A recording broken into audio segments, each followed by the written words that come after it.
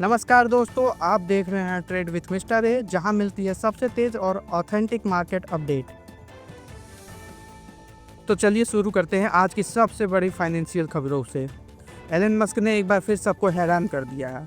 Tesla के CEO Elon Musk बन गए हैं दुनिया के पहले व्यक्ति जिनकी नेटवर्थ अब लगभग $500 बिलियन के आसपास पहुंच गई है। हाँ, सही सुना आपने, $500 बिलियन।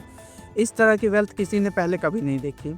टेस्ला के शेयर्स में रिबाउंड के बाद और उनकी दूसरी कंपनी जैसे स्पेसएक्स और XAI की वैल्यूएशन के बढ़ने के चलते एलन मस्क की वेल्थ ने लिटरली रॉकेट स्पीड पकड़ लिया। आपको याद होगा, साल के शुरुआत में मस्क थोड़े डिस्ट्रैक्टेड थे, व्हाइट हाउस के चक्कर में बिजी थे, लेकिन अब टेस्ला के बोर्ड चेयर रॉबिन डेनहॉल ने कंफर्म किया है कि Musk is back front end centre at Tesla. और सिर्फ वापस ही नहीं है, मस्क ने खुद $1 बिलियन के टेस्ला शेयर्स खरीद लिए, मतलब अपनी ही कंपनी में भरोसा दिखाया है। अब बात करते हैं एक और बड़े नाम की, टाटा कंसल्टेंसी सर्विसेज यानी TCS की। एक तरफ जहां दुनिया के रिचेस्ट इंसान नए ऊंचाइयों को छू रहे हैं, वहीं दूसरी तरफ TCS ने अनाउंस किया है कि वो अपने कुछ लॉन्ग सर्विंग एम्प्लॉयज़ को निकालने वाले हैं। कंपनी उन लोगों को सर्वेंस पैकेजेस दे रही है, लगभग 2 साल की सैलरी, जिनके स्किल्स अब रिलेवेंट नहीं रहे या जिन्होंने नए टेक ट्रेंड्स के साथ खुद को अप स्किल नहीं किया। मनी कंट्रोल्स की रिपोर्ट के मुताबिक TCS अपने 2% वर्कफोर्स को ट्रिम यानी लगभग 12,000 लोगों को इम्पैक्ट होगा over the next 1 year. Company का कहना है कि ये रीस्ट्रक्चरिंग उन लोगों के लिए है जिनका काम अब ऑटोमेशन और नए क्लाइंट्स डिमांड के चलते रेबुडेंट हो गया है। आगे बढ़ने से पहले अगर आप अभी तक हमारे चैनल को सब्सक्राइब नहीं किए हैं तो जल्दी से सब्सक्राइब कर लें ताकि आप कोई भी अपडेट मिस ना करें। HDFC बैंक के एक senior management personal Rahul Shyam Shukla ने रिजाइन कर दिया है और ये रेजिग्नेशन 1 अक्टूबर 2025 से इफेक्टिव हो चुका है। ये इन्फॉर्मेशन बैंक ने खुद रेगुलेटरी फाइलिंग के थ्रू BSE और NSE को दी है under regulation 30 of SEBI LODR regulations 2015। Shukla ji ने अपने रेजिग्नेशन के पीछे पर्सनल रीजंस बताए हैं और आपको याद होगा कुछ टाइम पहले वो एक सबैटिकल पे भी गए थे। अब फॉर्मली रिजाइन कर दिया गया है और फाइलिंग के साथ उनका रेजिग्नेशन लेटर भी अटैच किया गया है। और अब चलते हैं सेबी की तरफ, जहां एक इम्पॉर्टेंट सेफ्टी मूव आया है इन्वेस्टर्स के लिए। सेबी ने लॉन्च किया है 2 नए सिक्योरिटी मेजर्स जो स्पेशली बनाए गए हैं इन्वेस्टर्स को प्रोटेक्ट करने के लिए। @UPI हैंडल्स सिर्फ जेन्युइन ब्रोकर्स म्यूचुअल फंड्स के लिए। सेबी चेक एक वेरिफिकेशन टूल जिससे आप पता लगा सकते हैं कि जिस एंटिटी को आप पैसे भेज रहे हैं वो ऑथराइज्ड है या नहीं। जैसे एग्जांपल के लिए ब्रोकर्स का UPI हो सकता है abc.brk@valid HDFC, म्यूचुअल फंड का हो सकता है xyz.mf@valid ICICI। इसका मतलब अगर आप किसी को पैसा भेजने वाले हैं म्यूचुअल फंड या स्टॉक ब्रोकर, तो पहले चेक कर लीजिए कि उनका UPI ID @valid से एंड है या नहीं। 90% से ज़्यादा ब्रोकर्स और सारे म्यूचुअल फंड्स हाउसेज ऑलरेडी इस सिस्टम को अडॉप्ट कर चुके हैं।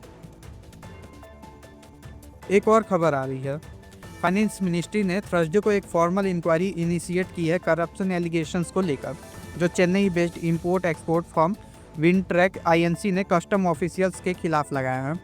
Yes, you heard it right, Wintrack INC ने कुछ सीरियस एक्यूजिशंस किए हैं कस्टम ऑफिशियल्स पे और अब फाइनेंस मिनिस्ट्री ने डिपार्टमेंट ऑफ रेवेन्यू को डायरेक्ट किया है कि वो एक फेयर, ट्रांसपेरेंट और फैक्ट बेस्ड इंक्वायरी करें। एक सीनियर ऑफिसर को असाइन किया गया है जो हर एंगल से इंक्वायरी करेगा। सभी पार्टीज की सुनवाई होगी, रिलेवेंट डॉक्यूमेंट्स की डीप एग्जामिनेशन की जाएगी और सच सामने लाया जाएगा। आगे बात करते हैं कोल इंडिया की, जिसका सितंबर 2025 का प्रोडक्शन डाटा अब सामने आ चुका है। कंपनी ने 48.97 मिलियन टन्स का आउटपुट रिपोर्ट किया है, जो कि है 3.9% डाउन ईयर ऑन ईयर के बेसिस पर।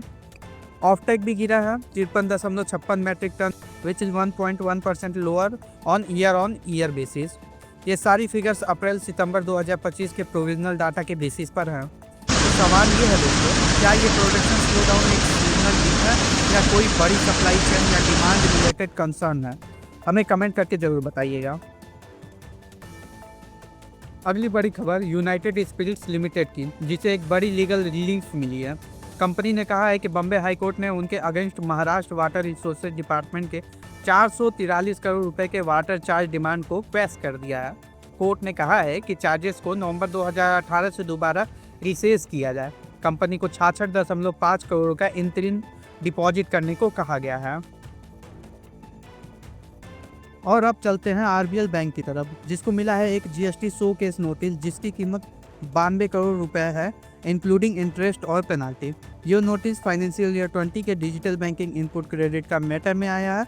बैंक ने कहा है कि वो टाइम पर रिस्पॉन्ड करेगा और उनको कोई मटेरियल फाइनेंशियल इम्पैक्ट एक्सपेक्टेड नहीं है। लेकिन दोस्तों, आप क्या सोच रहे हैं? क्या ऐसे नोटिस इन्वेस्टर सेंटिमेंट पे इम्पैक्ट डालते हैं, चाहे कंपनी कह रही हो कि कोई बड़ी बात नहीं है? और जीएसटी रिलेटेड कंप्लायंस इतने कॉम्प्लिकेटेड क्यों हैं बैंकिंग और फिनटेक कंपनीज के लिए? आपके थॉट्स का इंतजार रहेगा कमेंट बॉक्स में हमें।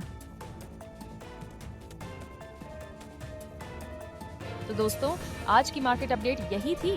कैसी लगी आपको ये खबरें? अपनी राय कमेंट सेक्शन में लिखना न भूलिए। और हाँ, अगर आप चाहते हैं कि आपको हर दिन ऐसी ही न्यूज़ मिलती रहे, तो चैनल को सब्सक्राइब कीजिए और बेल आइकन दबा दीजिए ताकि कोई भी अपडेट मिस न हो। मिलेंगे कल नए अपडेट्स के साथ, तब तक के लिए हैप्पी ट्रेडिंग।